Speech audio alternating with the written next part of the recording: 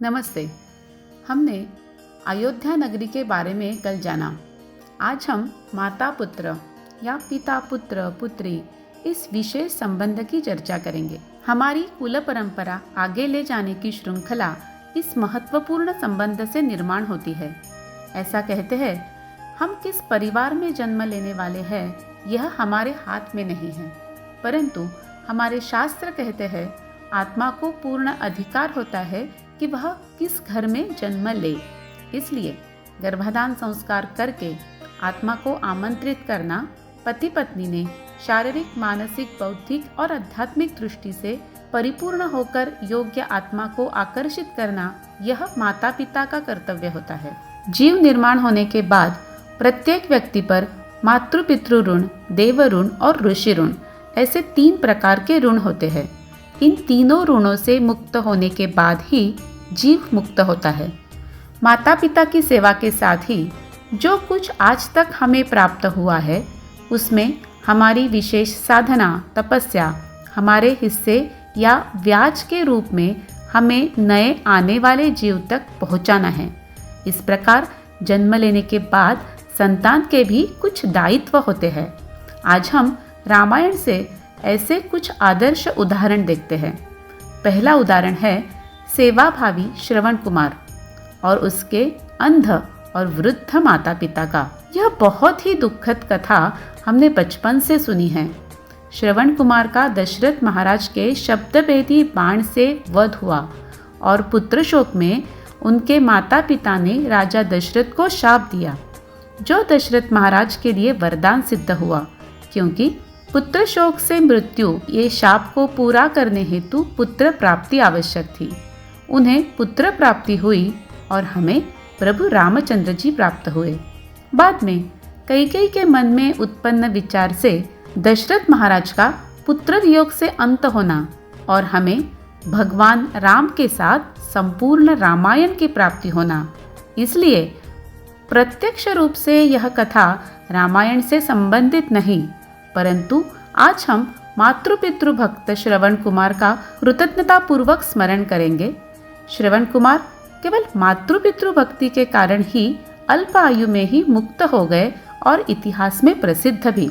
दूसरा उदाहरण है रामायण के महानायक प्रभु श्री रामचंद्र। आदर्श पुत्र का यह विश्वविख्यात उदाहरण है।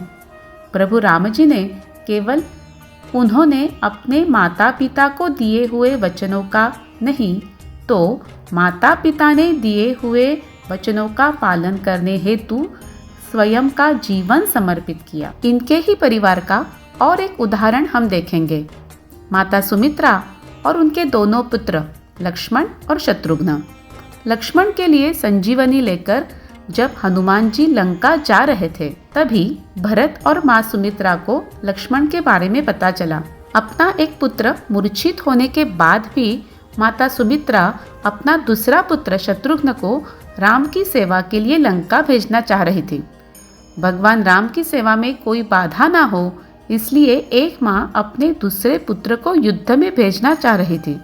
लक्ष्मण और शत्रुघ्न के आचरण से हमने देखा ही है कि पूरे रामायण काल में यह दोनों भाई श्री राम और भरत के साथ तत्पर सहायक बने थे। इस उदाहरण में माता और पुत्र दोनों भी प्रभु श्री राम की सेवा के लिए उत्सुक है। वैसे ही हम सब के परिवार में प्रभु रामचंद्र की सेवा हो, ऐसे भक्त बालक बालिका निर्माण हो। इसलिए माँ सुमित्रा के आशीर्वाद हम सब के लिए बहुत महत्वपूर्ण हैं। तीसरा उदाहरण है राजा जनक, माता सुनैना, इनकी पुत्री जनक नंदिनी सीता का, जो प्रत्यक्ष धरणी माता की पुत्री थी।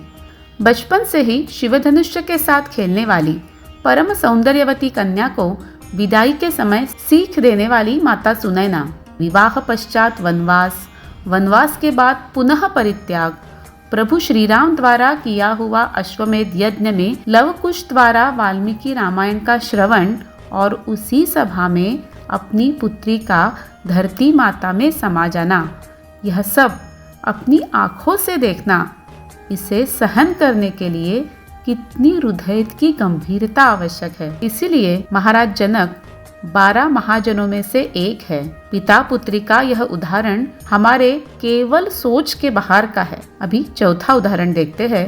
पुलत्स्य ऋषि और कैकसी जो राक्षस कन्या थी, इन्होंने रावण, विभीषण, कुंभकर्ण और शूर्पणखा को जन्म दिया। सारे भाइयों ने ब्रह्मदेव की तपस्या करके वर मांग लिए।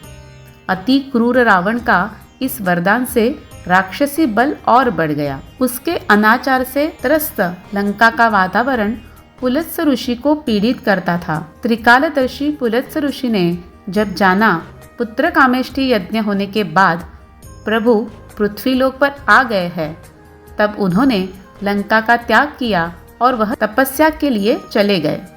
जाते समय रावण का वध करने वाले प्रभु पृथ्वी पर आ गए हैं। रावण वध के बाद विभीषण ही लंका का प्रशासन करेगा, ऐसी भविष्यवाणी अपनी पत्नी को सुनाकर गए।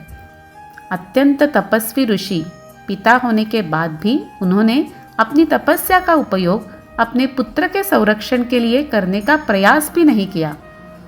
उसे अपने विधि लिखित पर छोड़कर वह तपस्या के लिए निकल पड़े। माता पिता का कर्तव्य होता है अपनी संतानों को उत्तम संस्कार देना, उन्हें कुछ आदर्श प्रस्थापित करे ऐसे बनाना। परंतु पुत्र अगर रावण जैसे हो तो उन्हें अपने नियति पर छोड़ देना और स्वयं की तपस्या प्रभु की प्राप्ति के लिए करते रहना, इसका यह उदाहरण है। इस प्रकार आज हमने श्रवण कुमार, प्रभु श्री राम, सीता माई, माँ सुमित्रा और उनके 2 पुत्र और रावण, इन सब के उदाहरण देखे। मातृ पितृ ऋण देखा। कल हम ऋषि ऋण की बात करेंगे। हमारे साथ जुड़े रहने के लिए बहुत बहुत धन्यवाद। आज हम सबके लिए पालकत्व बहुत बड़ी समस्या है, तो प्रभु रामचंद्र के चरणों में प्रार्थना करेंगे। आपदामपहर्तारं दातारं सर्वसंपदां लोकाभिरामं श्रीरामं भूयो भूयो नमाम्यहम्। यह वीडियो आपको कल डॉक्टर देवधर क्लिनिक्स के YouTube चैनल पर मिलेगा। धन्यवाद।